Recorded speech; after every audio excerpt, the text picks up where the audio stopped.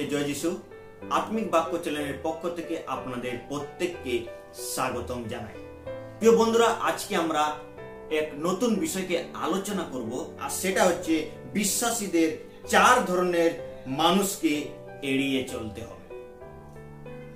এই 4 ধরনের মানুষকে বিশ্বাসী হিসেবে বা একজন খ্রিস্টান হিসেবে এড়িয়ে চলতে হবে। আমাদের বিশ্বাসী জীবনে, আমাদের খ্রিস্টীয় জীবনযাপনে অনেক ধরনের মানুষকে আমরা দেখতে পাই। কেউ আপনার জীবনকে উন্নত করবে, আর কেউ আবার আপনার জীবনকে অবনতির পথে ঠেলে দেবে। তো আসুন আমরা কোন 4 ধরনের মানুষকে বা ব্যক্তিদেরকে বা সঙ্গ থেকে আমরা এড়িয়ে চলবো, আর সেই বিষয়গুলো, সেই 4 ধরনের যে মানুষগুলোকে আমাদেরকে এড়িয়ে চলতে হবে, সেই বিষয়টি আজকে আমরা দেখে নেব। তা আসুন আমরা প্রথম বিষয়, যে গ্রুপ রয়েছে, প্রথম যে মানুষ বা প্রথম গ্রুপের যে মানুষকে আমাদেরকে এড়িয়ে চলতে হবে, সেটা হচ্ছে মন্দ সঙ্গতিকে এড়িয়ে চলতে হবে। দেখো, মন্দ সঙ্গতিকে কেন এড়িয়ে চলতে হবে তার কারণ আমরা দেখে নেব শাস্ত্র থেকে। যদি আমরা বিশেষ করে প্রথম করন্থীয় তার 15 অধ্যায় আমরা 33 পদে দেখি, সেখানে লেখা আছে যে মন্দ সঙ্গতি আমাদের জীবনকে কি করে। আমি আপনাদের হয়ে পড়ছি। ভ্রান্ত হইও না, কুসংস্কার শিষ্টাচার নষ্ট করে। কুসংস্কার মানে মন্দ সঙ্গতি ভালো চরিত্রকেও খারাপ করে দেয়। হিন্দিতে খুব সুন্দর লেখা আছে, ধোকা না খাও, বুরে संगति अच्छे चरित्र को भी बिगाड़ देते। আমাদের যে ভালো চরিত্র, খ্রিস্টীয় যে স্বভাব, আমরা যদি মন্দ লোকেদের সঙ্গে ঘোরাফেরা করি, আমরা যদি মন্দ লোকেদের সঙ্গে ওঠা বসা করি, তাহলে আমরাও সেই মন্দ লোকদের মতো হয়ে যাব। সাইকোলজির দিক থেকে, সাইকোলজির তরফে এরকম বলা হয় যে আপনি যদি কোনো একজন মন্দ ব্যক্তির সঙ্গে বা কোনো ব্যক্তির সঙ্গে যদি আপনি 7 দিন যদি সময় কাটান, তো তার যে স্বভাবগুলি, সেই স্বভাবগুলির কিছু আপনি আপনার জীবনও দেখা যাবে। তার মানে সাইকোলজি কি প্রমাণ করতে চাইছে? এটাই যে যদি আমরা মন্দ লোকেদের সঙ্গে বসি, যারা মদ্যপান করে, যারা ধূম্রপান করে, যারা মন্দ সঙ্গতিতে জীবনযাপন করে, যারা মন্দতার মধ্যে জীবনযাপন করে, আর তাদের সঙ্গে যদি আমরাও বিশ্বাসীরাও যদি আমরা একত্রিত হয়, বিশ্বাসীরাও যদি তাদের সঙ্গে আমরা সঙ্গ দিই, তাদের সঙ্গে সঙ্গ দিলে তাহলে আমাদেরও সেই চরিত্র, আমাদেরও স্বভাব সে তাদের মতো হয়ে যাবে। তাই একজন বিশ্বাস হিসেবে, একজন খ্রিস্টান হিসেবে তাদেরকে, সেই মন্দ সঙ্গতিকে এড়িয়ে চলতে হবে। আর যদি আমরা বিশেষ করে 2 করন্থীয় 6 অধ্যায় 14 পদে অলরেডি প্রেরিত পৌল তিনি বলে দিয়েছেন যে অবিশ্বাসীদের সঙ্গে অসমজওয়ালিতে বদ্ধ হইও না। তার মানে কি বলছে? যে বিশ্বাসী আর অবিশ্বাসীদের মধ্যে আমাদের পৃথক, তাদের সঙ্গে আমরা যেন সঙ্গতি বা তাদের সঙ্গে আমরা ওঠা বসা না করি, আর সেটাই আমাদেরকে এড়িয়ে চলতে হবে। একজন বিশ্বাসীকে এড়িয়ে চলতে হবে। আর কিভাবে এড়িয়ে চলবো? যদি আমরা 2 থেসলোনিকে 3 অধ্যায় 14 পদে দেখি, সেখানে খুব সুন্দর লেখা আছে। আমি আপনাদের জন্য পড়ছি। 2 থেসলোনিকীয় 3 অধ্যায় 14 পদ। 2 থেসলোনিকীয় 3 অধ্যায় 14 পদে লেখা আছে, আর যদি কেউ এই পত্র দ্বারা কথিত আমাদের বাক্য না মানে, তবে তাহাকে চিহ্নিত করিয়া রাখো, তার সংসর্গে থাকিও না। তার সঙ্গে যেন আমরা না থাকি। প্রিয় বন্ধুরা, সঙ্গতি আমাদের জীবনে খুবই গুরুত্বপূর্ণ। আমরা কার সঙ্গে উঠা বসা করছি, কার সঙ্গে কথাবার্তা করছি, কেমন ব্যক্তির সঙ্গে আমরা আচার ব্যবহার করছি, আর সেটা আমাদের সঙ্গতির দ্বারা অনেক সময় আমরা আমাদের খ্রিস্টীয় চরিত্রকেও আমরা মন্দতার পথে নিয়ে যাই। তো আসুন আমরা সেই সঙ্গতি থেকে, মন্দ সঙ্গতির মানুষদেরকে এড়িয়ে চলি। দ্বিতীয় যে বিষয়টা হচ্ছে, আমার কাছে সময় নেই, আমরা তাড়াতাড়ির মধ্যে যাব। দ্বিতীয় যে সঙ্গতি হচ্ছে, সেটা হচ্ছে যে বিশ্বাসী খ্রিস্টীয় জীবনযাপন করে না। হ্যাঁ বন্ধুগণ, অনেক খ্রিস্টান আছে, অনেক বিশ্বাসীরাই যারা বলে আমরা নামে খ্রিস্টান, কিন্তু কার্যে তারা খ্রিস্টান নয়। তারা বলে আমরা বিশ্বাসী, কিন্তু তারা অন্যদেরকে ঠকায়। তারা নিজেদেরকেও ঠকাচ্ছে এবং অন্যদেরকেও ঠকাচ্ছে। তারা বলে আমরা বিশ্বাসী, কিন্তু তারা আদৌ বিশ্বাসী নয়। তারা মন্দভাবে জীবনযাপন করে, যে খ্রিস্টীয় যে আজ্ঞা অনুসারে তারা জীবনযাপন করে না। তারা মন্দ সঙ্গতিতে সময় কাটায়, তারা মন্দতার মন্দতায় তাদের জীবনকে তারা ব্যতিব্যস্ত করে। আর সেই বিষয়টাকে আমরা ঈশ্বরের বাক্য কি বলছে তাদের সম্বন্ধে কিভাবে এড়িয়ে চলবো, আর সেই বিষয়টা আমরা দেখে নেব 1 করন্থীয় 5:11 পদে। 1 করন্থীয় 5:11 পদে দেখুন সেখানে ঈশ্বরের বাক্য কি বলছেন। আমি আপনাদের জন্য পড়ছি। কিন্তু এখন তোমাদিগকে লিখিতেছি যে ভ্রাতা নামে আখ্যাত কোন ব্যক্তি যদি ব্যভিচারী, কি লোভী, কি প্রতিমা পূজক, কি কটুভাষী, কি মাতাল, কি পরধনগ্রাহী হয়, তবে তাহার সংসর্গে থাকিতে নাই, এমন ব্যক্তির সহিত আহার করিতেও নাই। দেখো প্রেরিতপল কি বলছে, যে যারা বলে আমরা ভ্রাতা, বলে আমরা বিশ্বাসী, বলে আমরা ভালো, কিন্তু তাদের মধ্যে কি কি আছে? ব্যভিচার রয়েছে।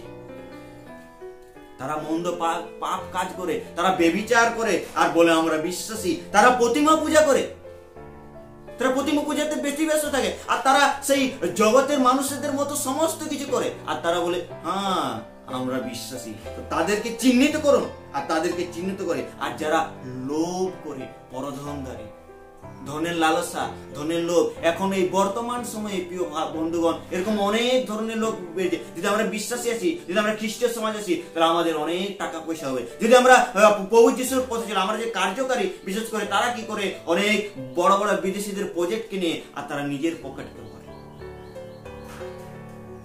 তাদেরকে এড়িয়ে চলো, তাদের সংসর্গে থাকো না। শুধু তাই নয়, কি বলছে, যে তাদের সঙ্গে তোমরা খাবারও খেও না, আহারও করিতে নেই তাদের সঙ্গে। প্রিয়রা, শুধু এই নয়, যদি আমরা বিশেষ করে দেখি 2 তিমোথের 3:1-5 পদে, তো সেখানে অনেকগুলো উদাহরণ দেওয়া হয়েছে যে যারা পরধনকারী, যারা ধনলোভ করে, তাদের থেকে এড়িয়ে চলতে হবে। তো প্রিয়রা, যারা বিশ্বাসী বলে নিজেকে স্বীকার করে, আর তারা যদিও খ্রিস্টীয় জীবনযাপন করে না, তাদেরকে আমাদেরকে এড়িয়ে চলতে হবে।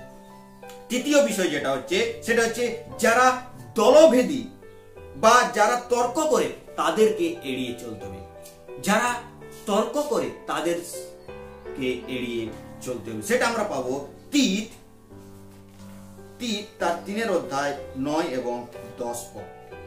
তীত তার 3:9-10 পদ। আমি পড়ছি আপনাদের জন্য 9 পদটা, আপনারা দেখুন। কিন্তু তুমি মূঢ়তার সকল বিতণ্ডা, বংশাবলী, বিবাদ এবং ব্যবস্থা বিষয়ে বাকযুদ্ধ হইতে দূরে থাকো, কেননা এ সকল নিষ্ফল ও অসার। যে ব্যক্তি দলভেদী, তাহাকে 2-1 চেতনা দিবার পর অগ্রাহ্য করো। এখানে একটা ওয়ার্ডকে পায় 10 পদে, সেটা হচ্ছে দলভেদী। এখনকার এই বর্তমান মণ্ডলীতে এরকম অনেক দলভেদী ভাইদেরকে পাওয়া যায়।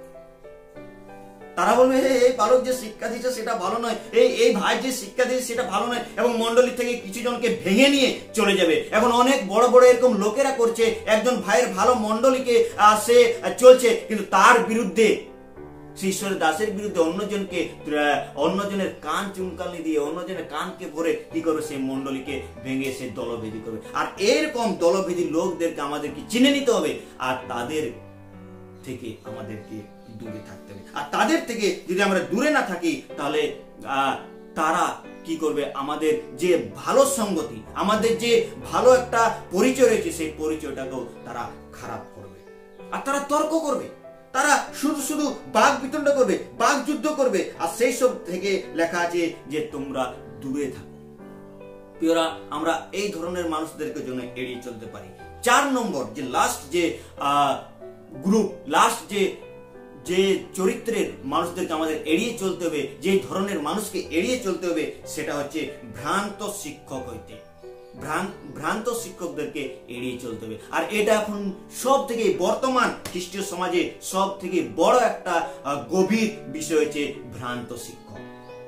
তো ভ্রান্ত শিক্ষকদের সঙ্গে আমরা কিভাবে এড়িয়ে চলবো, সেই বিষয়ে ঈশ্বরের বাক্য 1 তিমোথেয় 6:3-5 পদ।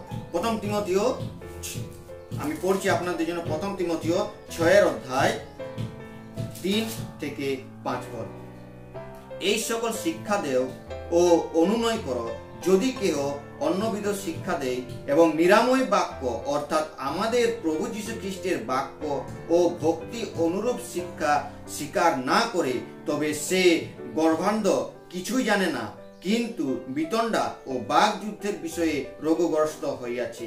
এই সকলের ফল মৎসর্য, বিরোধ, বিবিধ নিন্দা, কুসন্দেহ এবং নষ্ট বিবেক ও হীনসত্ত্ব লোকদের চিরসঙ্গ। এই প্রকার লোকেরা ভক্তিকে লাভের উপায় জ্ঞান করে। প্রিয়রা, এখানে যে 3 পদে যে অংশটা বলছে যে আমাদের যে নিরাময় শিক্ষা যারা দেয়নি, আমাদের যে শিক্ষা, আমাদের ঈশ্বরের বাক্যের যে সত্যের শিক্ষা, যে ঈশ্বরের বাক্য কি বলছে, ঈশ্বরের বাক্য অনুসারে যারা শিক্ষা দেয়নি, তারাই হচ্ছে ভ্রান্ত শিক্ষক। তাদের কাছ থেকে আমাদেরকে চিনে নিতে হবে। আর তাদেরকে আমরা কিভাবে চিনবো? তাদেরকে আমরা চিনে নিতে পারবো ঈশ্বরের বাক্য দ্বারা, যে সেই ঈশ্বরের বাক্যকে সঠিক বলছে কি না বলছে। এখন অনেক ধরনের এরকম শিক্ষকরা বার হয়েছে যারা কি করে এরকম ভ্রান্ত শিক্ষককে তারা ছড়ায়। আর তারা কি করে, তারা তর্ক করবে, তারা বাকযুদ্ধ করবে। আর তাদের থেকে আমাদেরকে এড়িয়ে চলতে হবে। শুধু এড়িয়ে চলতে হবে তাই নয়, তাদের সংসর্গ আমরা যেন না থাকি।